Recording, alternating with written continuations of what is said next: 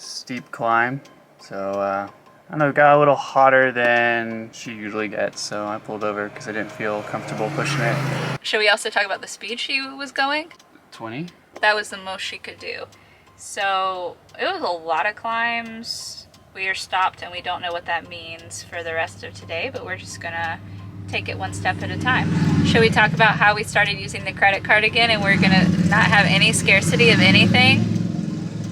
Should we talk about how we still have some feelings in our stomach about the new transmission and all of that situation we went through a year ago?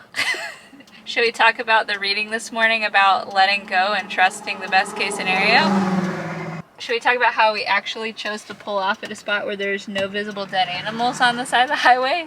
Should we talk about how my hair's long enough to have some different hairstyles now? Or should we talk about how the AC that we got working cut off when Marshy was working so hard? Best case scenario. Trying to find it. Some people probably watch this and are like, why would they do that to themselves? Why?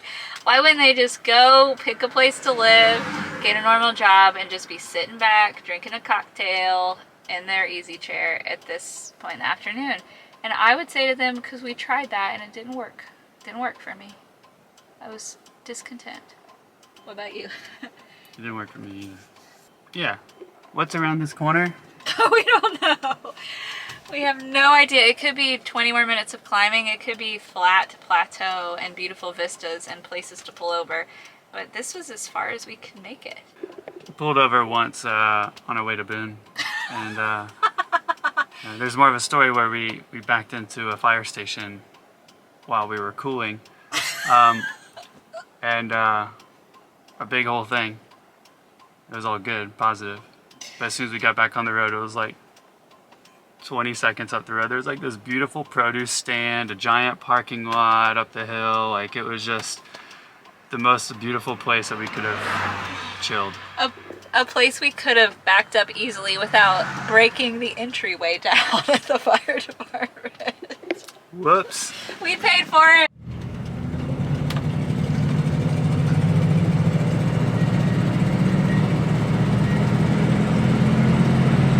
Shit. Okay. Oh no. Oh no, I go down. We decided to keep going for the moment. Passed a couple camp options, but we're gonna stick to where we were headed for the moment. I just kind of want to figure it all out as we go. Let's do that. Let's turn around and go up that big ass hill. Rolling hills, super chill. I was just telling Sarah that we can climb any altitude we need to on a road like this. I guess we're going straight. Look at that barn. That's amazing. Because it's chill, you know. It might have some steep ups and downs, but it's not with the expectation of... Alright, we'll focus. It's not with the expectation of going 55 miles an hour. Wow! This is amazing. Just going over the rocks. Don't give no fudge cakes. This is the intimidating, very bumpy, rocky gravel road part that makes me a little nervous. On about a mile, about 10 miles left, about 45 more minutes. This is what I'm here for, that part. Working through it. It was used as training in World War II and there could still be bombs. And that just like baffles me. Recognize, retreat, report with no cell service. For some reason, it's just not that interesting to me. I don't know. Do you find it interesting that Dolly Sods is named after German family? Keeps on. Straight away. Snaker rock. Stick. Wow! It's really bumpy. Feeling a little closed in. Not sure if camp area is going to be like that or not, but we're just taking it as it comes. Too much driving shots, probably.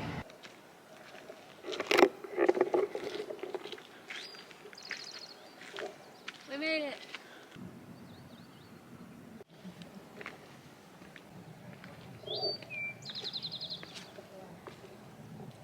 I saw this picture on the internet. This is the internet picture. We made it to Dolly Sods, if you can't tell. The campsite options took us down another couple miles into the woods, which we weren't feeling after seeing all of this. So after seeing the wide open, we're like, we have to have that tonight. So we drove all the way back up.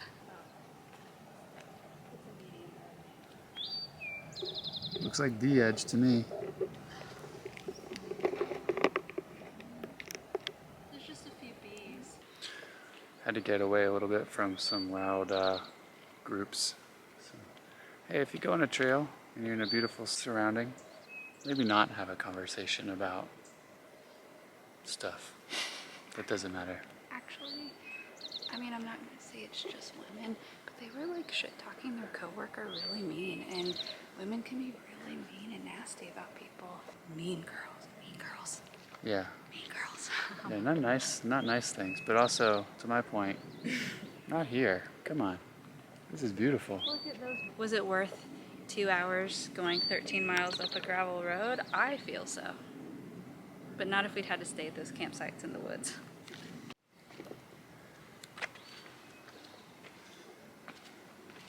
Make sure they help me to hand. Worried about other people still. I saw a man fall off rocks into the water a few days ago, and nobody's asked me how I feel about that. It was way more adventure than I know I was up for today, but for me it kind of like stretched me in a way where it was again back to like the what is.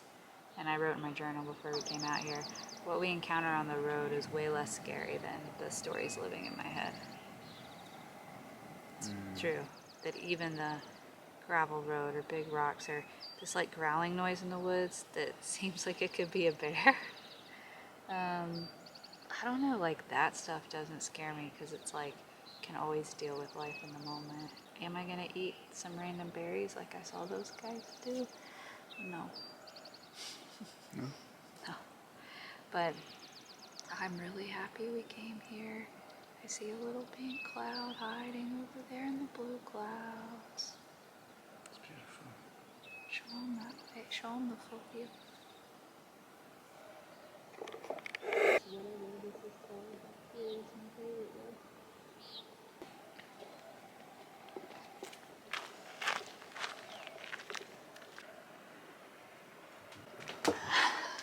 I needed a place to put it.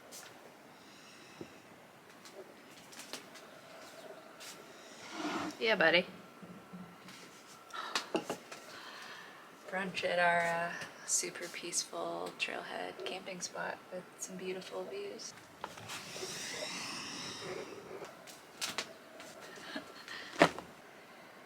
I'm glad to be here.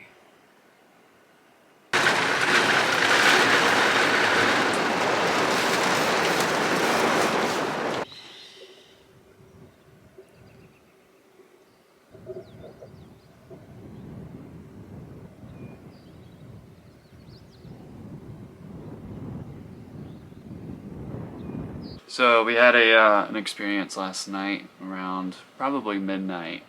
It scared us. We're parked in a parking lot in a wilderness area. It's a beautiful area and it is remote. We woke up to, Sarah woke up, then woke me up to it. Gunfire, like close gunfire. We had to reframe a little bit of where we were and what we were hearing and why we would be hearing something like that. But of course, instinctual reactions kind of took over. It turns out that just on the hillside over there where there's a little beautiful vista of rocks that we've climbed recently, you know, I saw some headlamps and I deduced that those three guys or whoever was out there were firing this gun. But that didn't take away the whole feeling surrounding guns and fear and narratives and all that. Well, I think Sarah deserves a badge because, well, we went through this, and I'm really proud of Sarah and how she coped with the situation. She reacted, yeah, we both kind of reacted. She breathed through it. She found presence, and she talked through it. And you know, within an hour, probably an hour, we were back asleep, you know. But that did get our heart racing and all sorts of stuff, and it was a new thing for us. So I told her this morning that she deserves a badge because living like this and all the variables that go with it, you know, there are so many different things we experience. There's all sorts of newness around us. And I picture her with a sash and all these little monogrammed badges on it. And the badge she gets was Gunfire on the hillside at midnight, you know. I'm really, really proud of her. Right before bed, I had just been writing about, right before bed, why is this getting to me? Right before bed, I was working on this writing about how the mind only goes where it knows. And I've had a couple instances recently and then some months ago where I heard or experienced things at night and it was not what I thought it was, and the light of day told us something different. And I was like writing about those last night and I thought, don't write about those anymore. Definitely stop writing about the one where you thought you heard gunfire months ago and it was a janky trailer on the back of a truck. Don't write about that one right before bed. I wake up hours later to a gun being fired and it's like, why are these things, I feel like, why are these things coming at me, or why do I have to keep experiencing this? But you remind me and I remind myself we're just experiencing more life, more variables. People are allowed to shoot a gun just because a bullet came through the roof of my house as a kid. Randomly, when someone shot in the air doesn't mean I need to carry that with me my whole life, but hearing a gun being fired last night and like not knowing, and for me it was like, are they shooting at cars? Are they shooting at animals? No one knows we're in here. And I'm really proud that I didn't make us drive away, because that would have been really unsafe. One, because that direction, it's 13 miles down a really treacherous road, and that direction it's less, but the road's like this and there's like big boulder things that we have to go over. So I'm glad that you were able to go to the cab and like see what was really going on. And I sat on the floor shaking, but I managed to be through it, and I'm not gonna let that cloud. I don't want it to cloud my view of this place, because it's beautiful. But the best part was, I feel like the universe, God, whatever you want to call it, brought in rain, because it started pouring rain and the people stopped firing their gun and you watched them go get in their car and leave. So it ruined someone's fun, and I'm really glad it did. Yeah, I don't know. I get hesitant sharing these stories because then I feel like people would be like, I'm scared, or I hope you have a gun, or just all these things. But I'm trying to take this as my message that I don't need to be scared. And I don't know, this life teaches me not to be scared of people, and I really want to stick with that mindset. But I can't dwell in that place because it would keep me in a living room in front of a TV, not living life. And that is not a stab. That is not a jab. I've been there. It makes me more scared to get back out in the world. And I think people can relate to that. The only way to be less scared is to keep moving through new situations that scare you. Do you need to go park by Gunfire every night? No, I'm not saying that.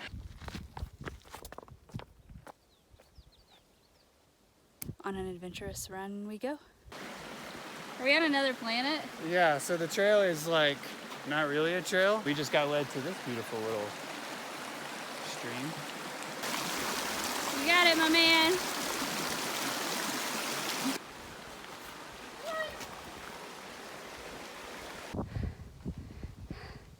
Yeah, buddy. You're supposed to be facing the camera. Wow. New views. Dolly Sods. Well, things took a turn. Yeah. Oh my gosh. Come on, Mudfoot.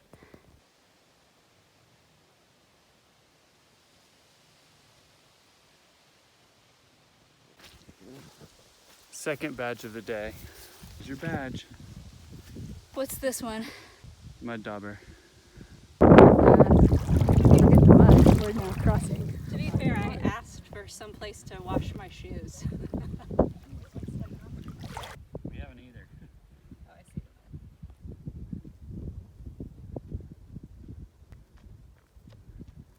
the adventure level more maxed out than I planned on, but I'm happy with it. Hikers, we got off trail we went to a magical campsite instead, and now we 15 minutes backtrack to where those people were at the creek. Yeah. Are you filming my way? Yeah. Yeah, so this was the area that made me question if we were on anything more than an animal trail. Yeah. So, okay, probably a mile out that we did. Oh, so we did extra 2 miles. And this is not the outfit of choice for high bushes, but my shoes are clean. I'm having fun. I haven't missed having water until just now. Oh my God. Oh. Stella would be so proud. Stella would be so proud. Hey, Bear. Hey, Bear. Oh, man.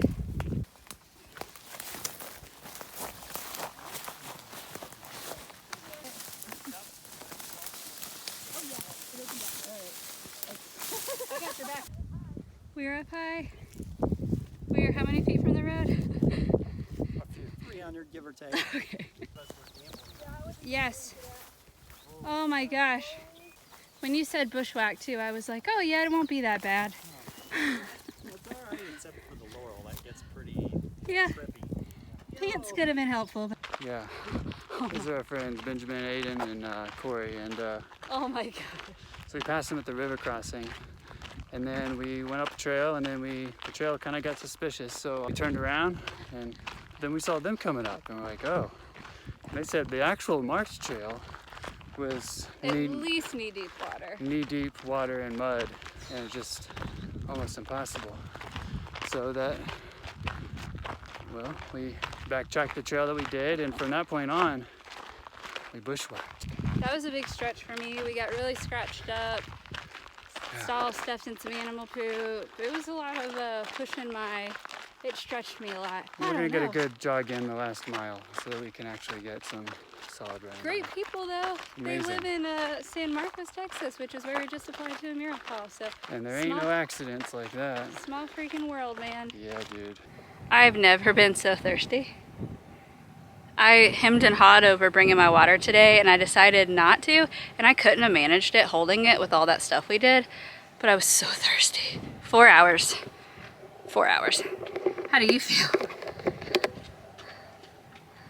I underestimated okay, it's 500 yards to the road. That didn't seem like that big of a deal, but that was like an hour of bushwhacking I know. through thick stuff. Listen, we did it. Geologists, Eagle Scouts, kind humans. I was feeling a little bad stepping on nature, but I know people have mixed feelings about that, but stepped as gingerly as we could, and you know, animals step on it every day. You got that water bar still? Yeah, do you want it? Yeah. Is it warm? I don't know. Comfort tissues.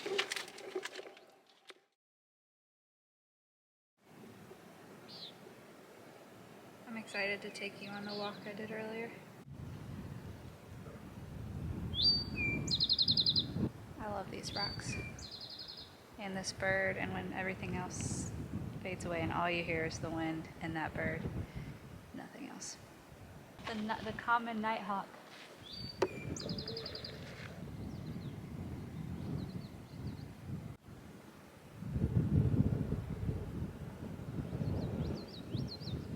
Through the labyrinth, we find the rocks that give us the highest view of everything. Is that your lazy boy? Easy chair. This place has offered something really, really special, and we had to want to come up the gravel road to get here, and there's absolutely nothing here except all of this. 4 days later. I'm glad we stayed this long. Me too. Really taking it in. I feel like this place has brought me into the present in a really needed way. The challenges of our run adventure, the challenges of just getting here, the challenges of feeling like I'm still one step away from dropping the fear stuff.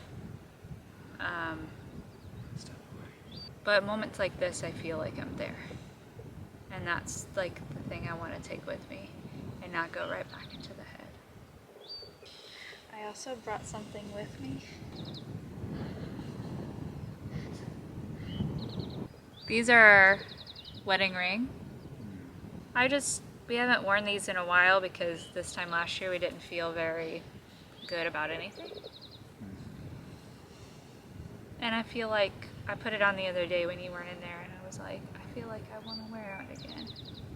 But I thought, oh, one day we'll like renew our vows and make this whole big thing. And then today I walked the Labyrinth here like so many times by myself and I was like, this narrow path is the one I want to be on. The one that feels like present. I can feel it all. And I don't want to just throw away any part of this life.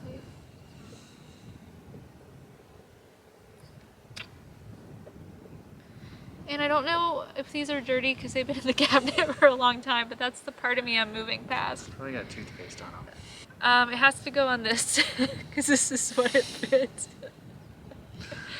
But they're copper, they're weathered. We are weathered, much more weathered than when we started this journey. And a lot of times I feel like I'm just starting. Like, we've been together 9 years and I feel like it's day one half the time. But also, like, look the fuck where we are. Like, we traded in all this other shit for this. Some people save up their whole life and don't ever see this or feel this. I'm thankful one thing led to another. We're here now. Don't even mind the bees. Look at this. Look at this. How's that look? Looks terrible. I know, Well, I really appreciate I always do, and it helps add more to me, but your reverence of all this. Which part? I mean, the rings and being here and this walk and just the way you've experienced this place today and the presence that you've found. I almost thought I wasn't going to get to bring you back here because your tummy hurt. I did. I was falling over. I was like, oh, okay, well, Yeah. it was a good idea, but don't picture it, Sarah. Don't picture it, Sarah. Wow. I didn't picture this. I just knew I had thought of the ring like 2 days ago and tried it on. And I was like, I don't want to get it out at a Walmart parking lot. It's not the memory I want to have. This one looks a lot better. Good choice, man. And I just wanted you to know I feel like you said, well, we've said before, it's either like the fear or the marriage or like the other stresses in the marriage, and I just wanted you to think that you care about. Me? Yeah. Even though sometimes I picture ways it would be easier, or Golly, it's so much easier. the thrill of starting over. Somebody it would be else. so fun. So fun until it wasn't. And someone out there's like, I can't believe you talk about that. They're not gonna make it. Yeah. I'm sure I've said that. Well, here's the thing. We don't know anything. We don't know anything. But I do know I want to love you more, and it's a choice, and it's a choice I haven't actively made. I've been like half in, half out of what I want for a while, and I think it's just a story of when one thing, and I feel like this is for a lot of people, one thing just takes over, and one thing for us has been, a lot of fear traps that have just kind of taken center stage. Scarcity, and some of that comes from the life we live. I think for me, a lot of it, because I'm stretching myself more, if we were in a comfortable house and there weren't things that I had to grow through, I could just be comfortable and bypass the work to deal with the fears I have. There'd be so many roundabouts and bypasses and scapegoats and shortcuts and long passes, Or if I still drank, I think. Yeah, I that's one wouldn't of have, them. That's a big one. I wouldn't have probably any of the anxiety I have, and I also wouldn't be present at all. Yeah. Personally. But you'd be just without a care in the world. Yeah, I don't give any shits. But I want to give shits. I want to feel this. I want to look people in the eye and tell them what they mean to me. And I think you're on the right track, my man.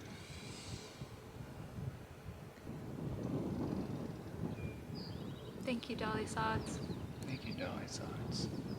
I was feeling guilty telling anyone that it was like cold at night. Like I was wearing sweatpants and a sweatshirt last night, but There's a heat wave right now. I'm not sure how long it'll take me to edit this video or what'll be included, but it could be fall by the it's time like that goes out. the hottest July on record, and Yeah. everybody's sweltering at like 90 or above, and it's been like, I was like a little hot today in the sun in the 70s because we're at like 4,000 feet. Jolly Sods, there is something here for you if you want to backpack in the wilderness and just have something that feels more wild than anything I've seen in the South.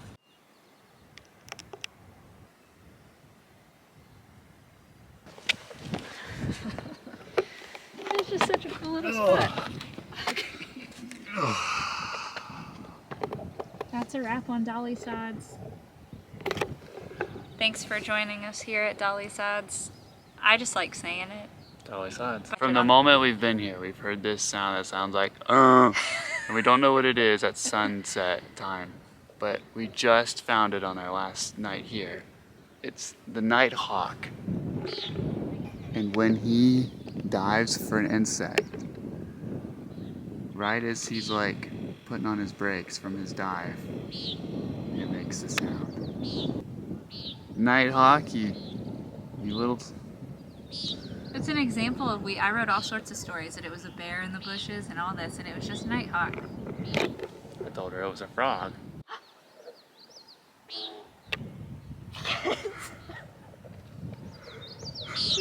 He's amazing.